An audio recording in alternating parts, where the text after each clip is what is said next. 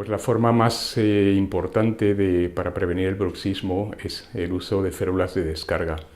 La férula de descarga es un dispositivo que se calza normalmente en la arcada superior, y lo que hace es que mientras llevamos esa férula mantenemos las articulaciones temporomandibulares y la mandíbula en la posición de máximo reposo.